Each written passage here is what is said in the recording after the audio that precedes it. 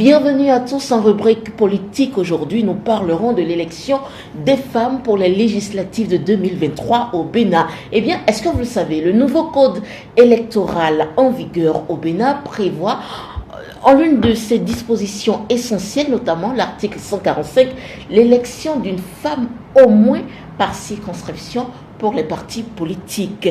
Pour en parler, mon invité du jour est Madame Christelle Rondonoubo Aliouza, femme politique du parti Union progressiste. Nous sommes d'ailleurs dans leurs locaux. Merci Madame de nous accueillir dans votre bureau et merci de vouloir répondre à nos questions. Merci d'être à l'Union progressiste. Merci. Rappelez-nous déjà, en termes clairs et de façon précise, la disposition qui prévoit l'élection d'une femme par circonscription, au moins pour les partis politiques. Merci beaucoup. Je pense que c'est la loi 2019-13 portant code électoral en République du Bénin en son article 145, vous l'aviez dit tout à l'heure, qui dispose que les partis politiques désireux de prendre part aux élections législatives présentent les listes des candidats dans toutes les circonscriptions électorales. Et donc, ce qui suppose que chaque parti politique devra présenter des listes dans les 24 circonscriptions électorales dont nous disposons au Bénin. Et chaque liste comprend un nombre de candidats égal à celui des sièges à pourvoir, dont une femme et sa suppléante spécialement présentées au titre des sièges réservés. Ce qui suppose qu'après les élections de 2023, nous aurons tout au moins 24 femmes à l'Assemblée nationale. Et ces 24 femmes peuvent être en fait réparties au niveau donc des partis politiques qui se seraient présentés aux élections législatives et qui auraient certainement gagné dans leur circonscription électorale. Alors donc sur les 109 personnes qu'on devrait avoir à l'Assemblée nationale pour la 9e législature, on doit avoir au moins 24 femmes. Au moins 24 femmes sur les 109 députés partis de 2023. Mais on pourrait avoir plus si les partis politiques ne... Bien entendu que je voudrais bien croire qu'au niveau de chaque parti politique, on ne se contenterait pas seulement de pourvoir ou postes spécifiquement réservés aux femmes, qu'il y aura des femmes qui seront positionnées dans d'autres positions, si je me permets la tautologie, pour aller aux élections. Chaque parti politique définira donc les modalités de présentation de ces candidats dans les circonscriptions électorales. Et puis, il y a une question que vous allez me poser. Vous allez me demander certainement si au niveau de l'Union progressiste, si nous disposons des femmes pour présenter dans toutes les circonscriptions électorales. Je pense que la question ne se pose pas. Aujourd'hui, l'Union progressiste a la possibilité de positionner les femmes dans ces positions spécifiques réservées dans les 24 circonscriptions électorales.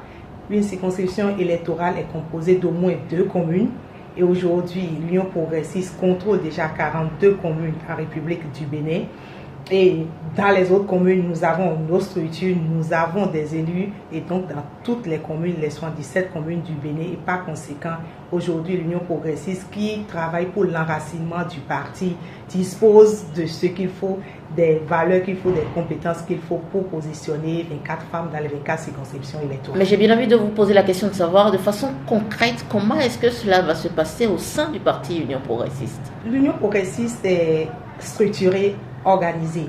Et donc, dès que le processus sera lancé, le bureau politique définira les modalités, à savoir que au niveau de la base vers le sommet, les propositions soient faites pour que les arbitrages se fassent donc à la fin au niveau du bureau politique pour décider des personnes qui vont représenter valablement le parti pour les élections. Madame Rondonoubo, dites-moi, qu'est-ce qui comptera dans la balance pour le choix d'une femme X ou d'une femme Y? Je pense qu'il y aura plusieurs éléments qui compteront. Okay.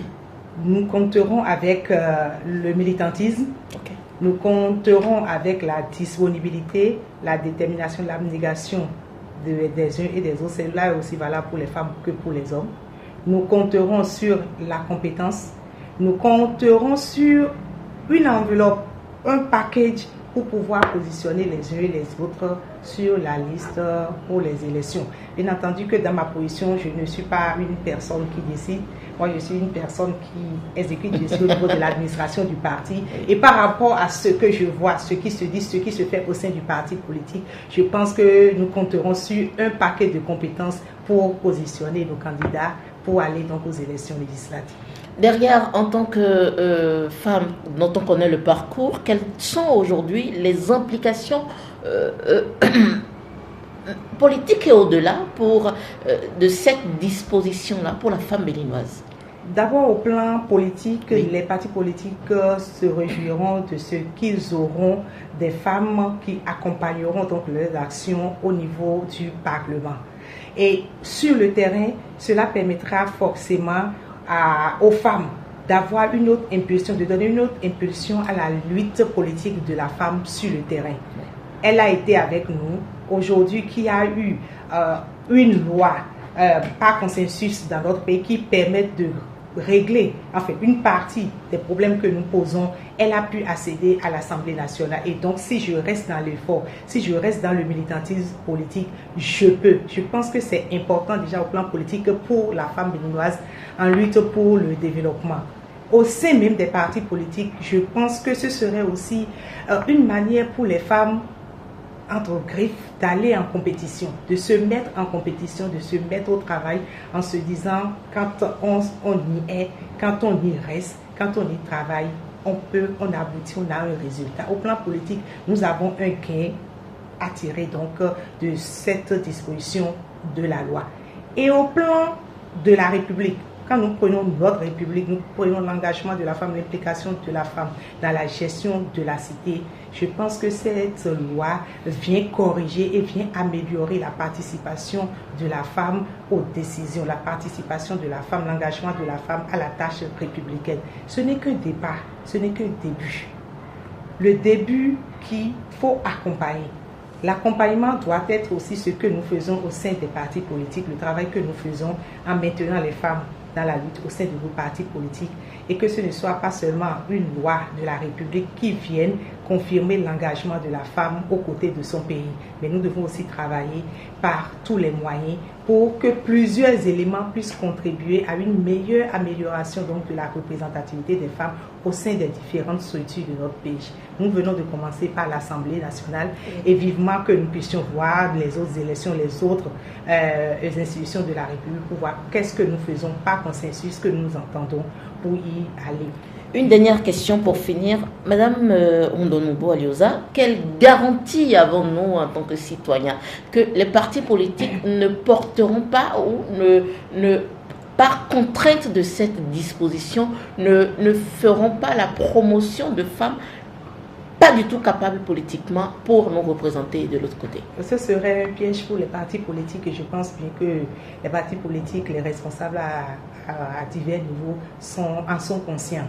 Et que cette loi, ce qui est offert aux femmes, c'est vrai que certains diront que ce n'est pas offert, mais je pense que c'est un conseil, c'est la République qui a décidé de permettre en fait aux femmes d'aller aux élections. Je voudrais bien croire qu'au niveau des partis politiques, nous en sommes conscients, que nous allons tirer toutes les conséquences qui s'imposent et cela nous permettra de faire quelque chose de bien, de bon, qui engage les uns et les autres pour que nous poursuivons, que nous allons un peu plus loin dans cette disposition que nous pouvons offrir à la République, parce que je pense que ce n'est pas à la femme que nous offrons cette disposition, nous offrons cette disposition à la République pour permettre à cette grande partie, majorité de notre population d'être impliquée donc dans la gestion de la cité. Donc chaque parti politique est mis devant ses responsabilités par rapport donc à la mise en application de cette disposition de la loi. Merci d'avoir répondu à nos questions. C'est moi.